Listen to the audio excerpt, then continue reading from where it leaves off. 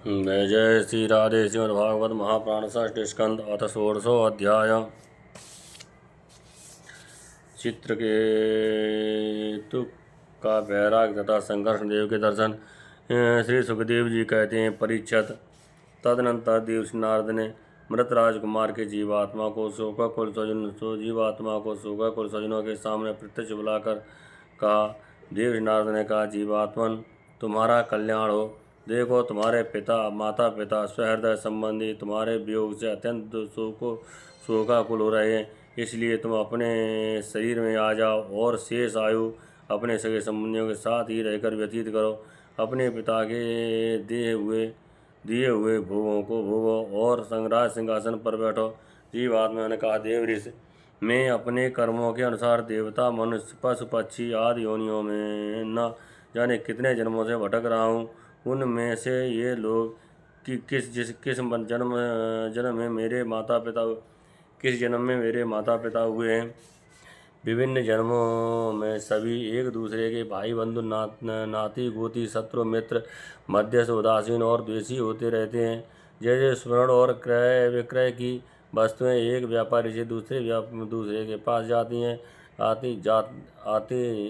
आती रहती हैं, वैसे ही जीव भी भिन्न भिन्न योनियों में उत्पन्न होता रहता है। इस प्रकार विचार करने से पता लगता है कि मनुष्यों की अपेक्षा अधिक दिन ठहरने वाले सुवर्ण आदि पदार्थों का संबंध भी मनुष्यों के साथ स्थायी नहीं है, क्षणिक ही होता है। और जब तक जिस वस्तु से संबंध रहता है, तभी तक उस वस्तु में ममता रहती है। जीव नित्य और अहंकार रहित है।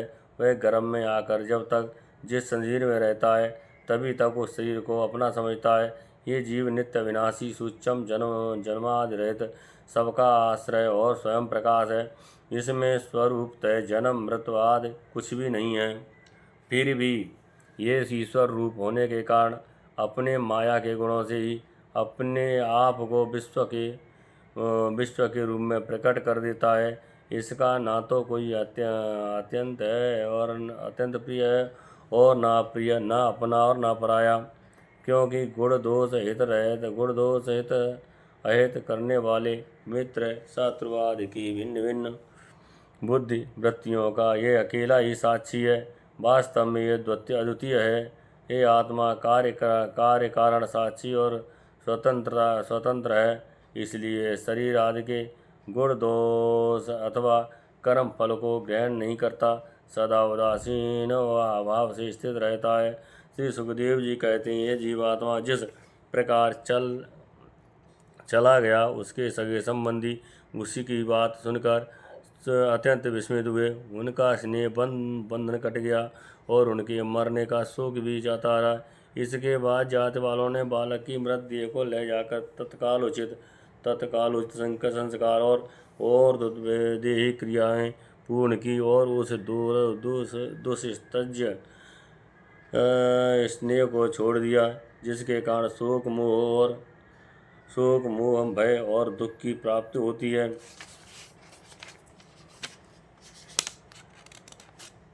परीक्षित, जिन दानियों ने बच्चे को विष दिया था, वे बाल हत्या के कारण श्रीहीन हो गई थीं और लज्जा के मारे आँख तक नहीं उठा सकती थीं।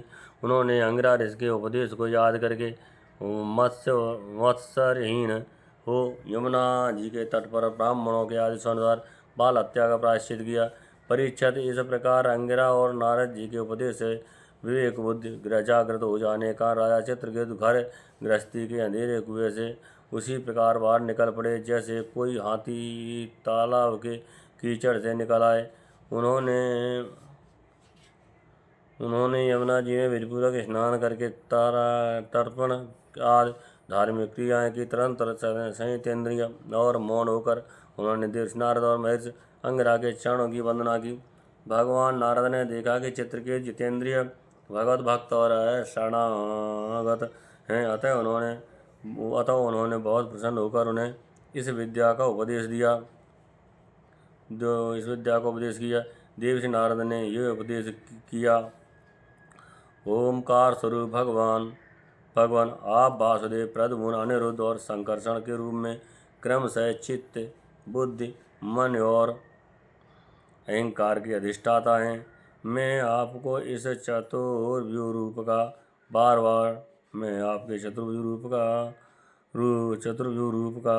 बार नमस्कार को ध्यान करता हूँ। आप विशुद्ध विज्ञान स्वरूप हैं। आपकी मूर्ति परम आनंदमयी है। आप अपने स्वरूपभूत आनंद में ही मग्न और परम शांत हैं। द्वैत दृष्टि आपको छू नहीं सकती। मैं आपको नमस्कार करता हूँ। अपने स्वरूपभूत आनंद की अनुभूति से ही अपने मायाजनित राग द्वेष आदि दोषों का तिरस्कार कर रखा है। मैं आपको नमस्कार करता हूँ। आप सबकी समस्त इंद्रियों के प्रेरक हैं, परम महान और विराट स्वरूप हैं। मैं आपको नमस्कार करता हूँ। मान सहित वाणी आप तक न पहुँचकर बीच से ही लौट आती है। उसके उपरत हो जाने पर जो अद्वितीय नाम रूप रहित चेतना मात्र और कार्यकरण से परे की वस्तु रह जाता है, वह हमारी रक्षा करे। ये कार्य कारण रूप जगत स्नेह से जिनसे उत्पन्न होता है, जिनमें स्थित है और जिनमें लीन होता है, तथा जो मिट्टी की वस्तुओं में व्याप्त मृतिका के समान सबसे ओतप्रोत है, उन परब्रह्म स्वरूप आपको मैं नमस्कार करता हूँ। यद्यपि आप आकाश के समान बाहर भीतर एक रस व्याप्त हैं, तथापि आपको मन, बुद्धि और ज्ञानेंद्रियाँ अपने ज्ञान शक्ति से नहीं जान सकती। वैसे ही प्राण तथा कर्मेंद्रियाँ अपनी क्रिया रूप शक्ति से स्पर्श भी नहीं कर सकती। मैं आपको नमस्कार करता हूँ। शरीर, इंद्रिय, प्राण, मन और बुद्धि जागृत तथा स्वप्न अवस्था में आपके चैतन्य से युक्त होकर ही अपना अपना काम करते हैं, तथा सुषुप्त और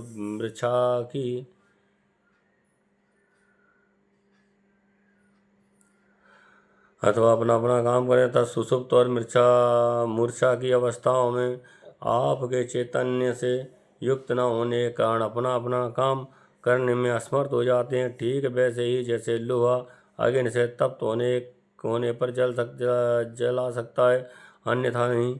जैसे दृष्टा कहते हैं, वे भी आपकी एक नाम लेते हुए भी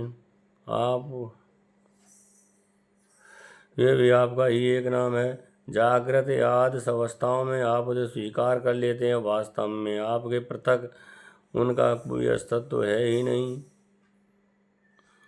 ओमकार स्वरूप महाप्रभावशाली महाविभूतपति भगवान महापुरुष को नमस्कार है।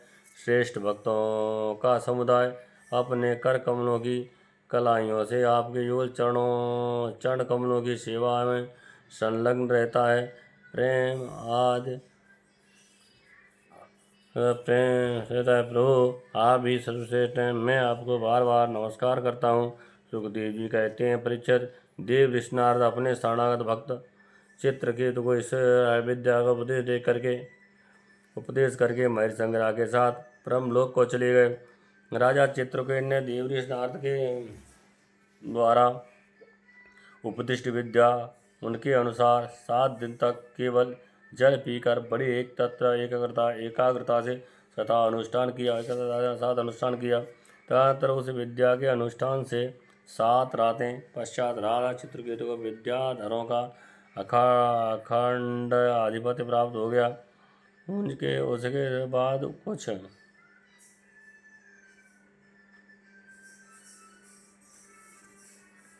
उसके बाद कुछ ही दिनों में इस विद्या के प्रभाव से उनका मन और भी शुद्ध हो गया और अब वे देवाधिदेव भगवान शेष के चरणों के समीप पहुँच गए।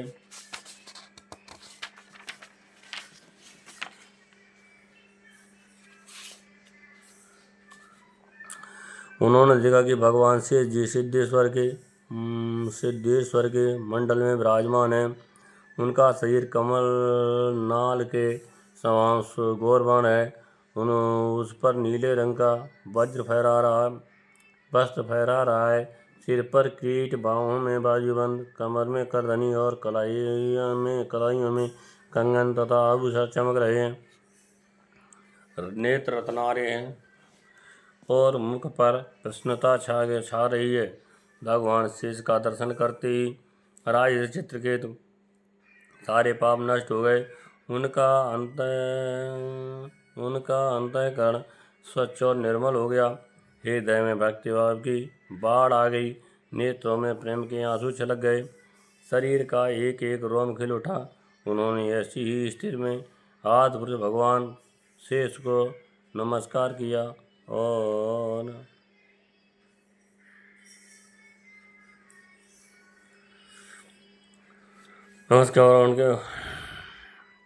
उनके नेत्रों से प्रेमपूर्वक आंसू टप टप गिरते जा रहे थे। इससे भगवान शेष के चरण रखने की चौकी भी भीग गई। प्रेमोद्रेक के कारण उनके मुंह से एक अक्षर भी न निकल सका। वे बहुत देर तक शेष भगवान की कुछ भी स्तुति न कर सके। थोड़ी देर बाद उन्हें बोलने की कुछ शक्ति प्राप्त हुई। उन्होंने विवेक बुद्धि से मन को समाहित किया और संपूर्ण इंद्रियों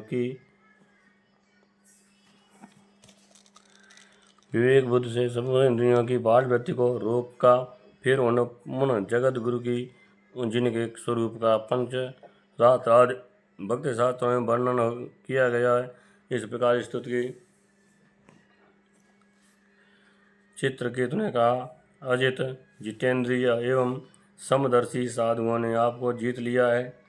आपने भी अपने सौंदर्य, माधुर्य, कारुण्य और गुणों से उनको अपने वश में कर लिया है।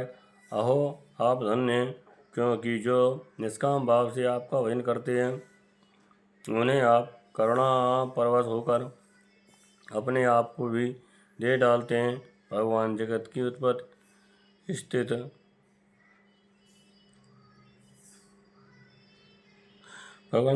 उत्पत्ति स्थित और प्रलय आपके लीला विलास हैं। विश्व निर्माता ब्रह्मा आदि आपके अंश के भी अंश हैं। फिर भी वे पृथक अपने को जगत करता मानकर झूठ और एक रस हो रहे हैं।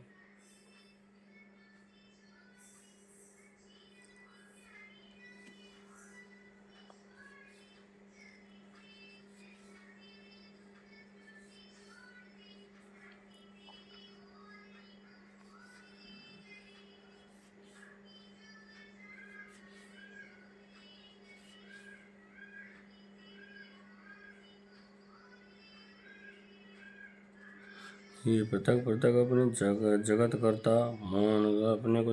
मानकर झूठ मूठ एक दूसरे स्पर्धा कर रहे हैं। नन्हे से नन्हे परमाणु से लेकर बड़े से बड़े महातत्व पर्यंत संपूर्ण वस्तुओं के आदि अंत और मध्य में आप ही विराजमान हैं, तथा स्वयं आप आदि अनंत और मध्य से रहित हैं। क्योंकि किसी भी पदार्थ के आदि और अंत में जो वस्तुएं रहती हैं वही मध्य में रहती हैं। ये ब्रह्मांड कोश जो पृथ्वी आदि एक से एक 10 गुने 7 आवरणों से घिरा हुआ है, अपने ही समांतु से करोड़ों ब्रह्मांडों के सहित अपने एक परमाणु के समान घूमता रहता है, और फिर भी उसे आपकी सीमा का पता नहीं है। इसलिए आप अनंत हैं।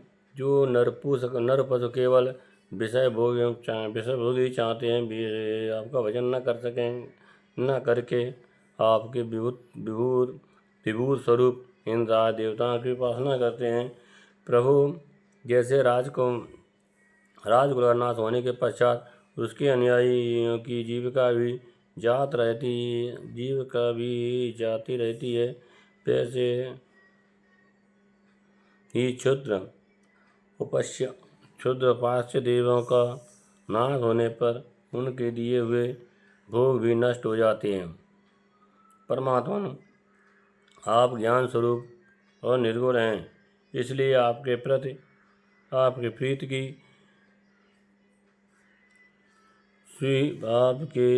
की हुई सकाम भावना भी अनन्य कर्म के समान जन्म मृत्यु फल देने वाली नहीं होती। जैसे भुने हुए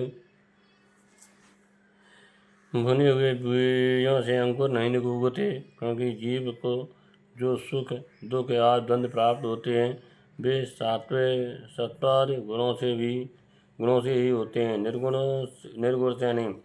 हे अजित, जिस समय अपने विशुद्ध भागवत धर्म का उपदेश किया था, उसी समय आपने सबको जीत लिया, क्योंकि अपने पास कुछ भी संग्रह परिग्रह न रखने वाले, किसी भी वस्तु में अहंता ममता न करने वाले आत्मा राम सनकादि महर्षि भी परम साम्य और मोक्ष प्राप्त करने के लिए उसी भगवत धर्म का आश्रय लेते हैं। वह भगवत धर्म इतना शुद्ध है कि उसमें सकाम धर्मों के समान मनुष्यों की वह विषम बुद्धि नहीं होती है कि यहाँ मैं हूँ, ये मेरा है, ये तू है और यह तेरा है। इसके विपरीत जिसके धर्म के मूल में विषमाता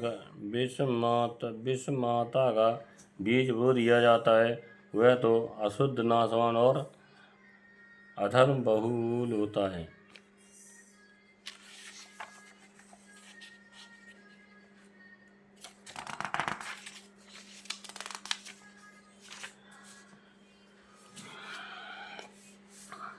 सकाम धर्म अपना और दूसरे का भी अहित करने वाला है। उससे अपना या पराया किसी का कोई भी प्रयोजन और सिद्ध नहीं होता।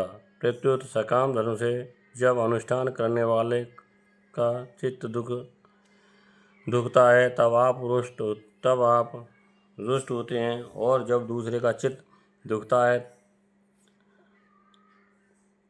तब आप रुष्ट होते हैं, और जब दूसरे का चित्त दुखता है तब वह धर्म नहीं रहता, धर्म हो जाता है। भगवान आपने जिस दुष्ट से भागवत धर्म का निरूपण किया है, वह कभी परमारथ से विचलित नहीं होती। इसलिए जो संत पुरुष चर अचर समस्त प्राणियों में समदृष्टि रखते हैं, वे उसका सेवन करते हैं। भगवान आपके दर्शन मात्र से ही मनुष्यों के सारे पाप क्षीण हो जाते हैं। ये कोई असंभव बात नहीं है, क्योंकि आपका नाम एक बार सुनते ही नीच चंडाल भी संसार से मुक्त हो जाता है। भगवान इस प्रकार आपके दर्शन मात्र से ही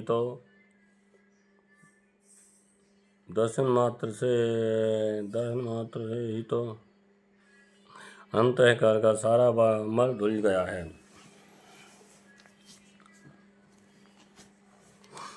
सो ठीक ही है, क्योंकि आपके अन्य प्रेमी भक्त देव ऋषि नारद जी ने जो कुछ कहा है वह मिथ्या कैसे हो सकता है। हे अनंत, आप संपूर्ण जगत के आत्मा हैं, अतएव हम संसार में प्राणी जो कुछ भी करते हैं वे सब आप जानते ही रहते हैं। इसलिए जैसे जुगनू सूर्य को प्रकाशित नहीं कर सकता, वैसे ही परम गुरु आपसे मैं क्या निवेदन करूं। भगवान आपकी ही अध्यक्षता में सारे जगत की उत्पत्ति, स्थिति और प्रलय होती है। कुयोगी जन भेद दृष्टि के कारण आपका वास्तविक स्वरूप नहीं जान पाते। आपका स्वरूप वास्तव में अत्यंत शुद्ध है। मैं आपको नमस्कार करता हूँ। आपकी चेष्टा शक्ति प्राप्त करने के लिए ब्रह्मा आदि लोकपाल गण चेष्टा करने में समर्थ होते हैं।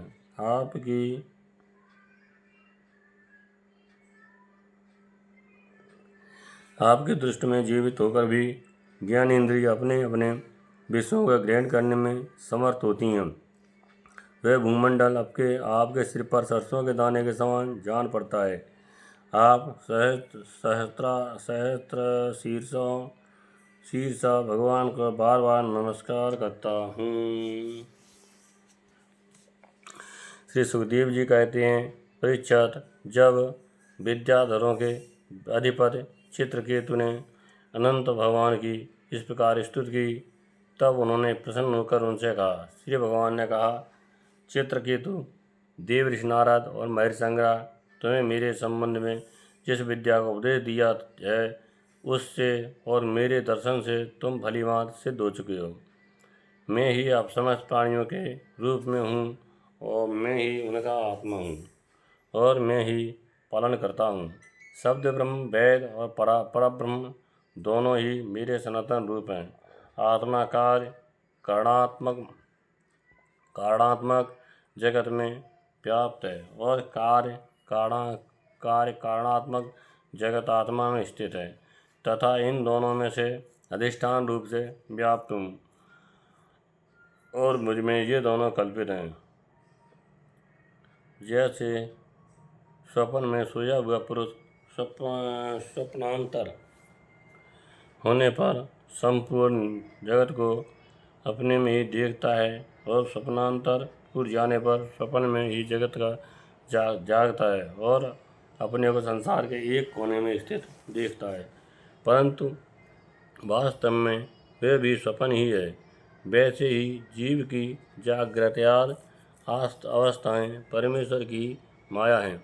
यूँ जानकर सबके साक्षी मायातीत परमात्मा का ही स्मरण करना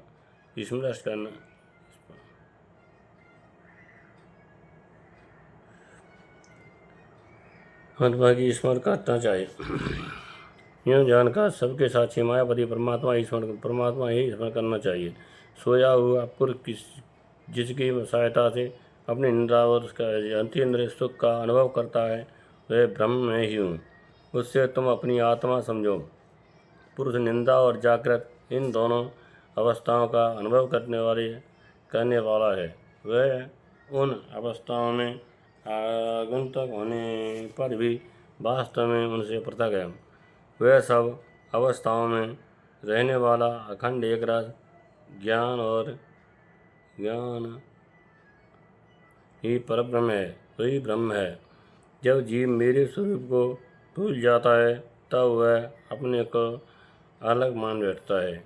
इसी से उसे संसार के चक्र में पड़ना पड़ता है और जन्म तथा मृत्यु पर मृत्यु प्राप्त होती है।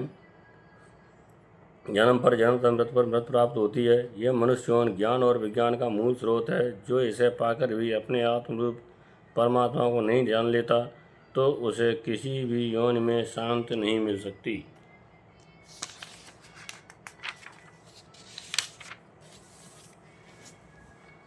राजन, सांसारिक सुख के लिए जो चेष्टाएं की जाती हैं, उनमें श्रम है, कलेश है और जिस सब पर परम सुख के उद्देश्य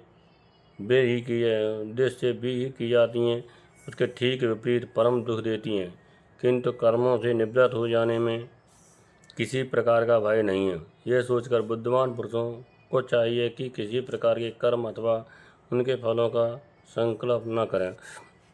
जगत के सभी स्त्री पुरुष इसलिए कर्म करते हैं कि उनके सुख मिले और उनका दुख से पिंड छूटे, परंतु उन कर्मों से न तो उनका दुख दूर होता है और न उन्हें सुख ही मिलता, सुख की प्राप्ति होती है। जो मनुष्य अपने को बहुत बड़ा बुद्धिमान मानकर कर्म के पचड़ों में पड़े हुए हैं, उनको विपरीत फल मिलता है। ये बात समझ लेनी चाहिए। साथ ही ये भी जान लेना चाहिए कि आत्मा का स्वरूप अत्यंत सूक्ष्म है। जागृत, स्वप्न, सुषुप्त इन तीनों अवस्थाओं में तथा इनके अभिमानियों से विलक्षण है। ये जानकर इस लोक में देखें और परलोक के सुने हुए विषय भोगों से विवेक बुद्धि के द्वारा अपना पिंड छुड़ा लें और ज्ञान तथा विज्ञान में ही संतुष्ट रहकर मेरा भक्त हो जाएं। जो लोग योग मार्ग का तत्व समझने में निपुण हैं, उनको भली बात समझ लेना चाहिए कि जीव का सबसे बड़ा स्वार्थ और परमार्थ केवल इतना ही है कि वह ब्रह्म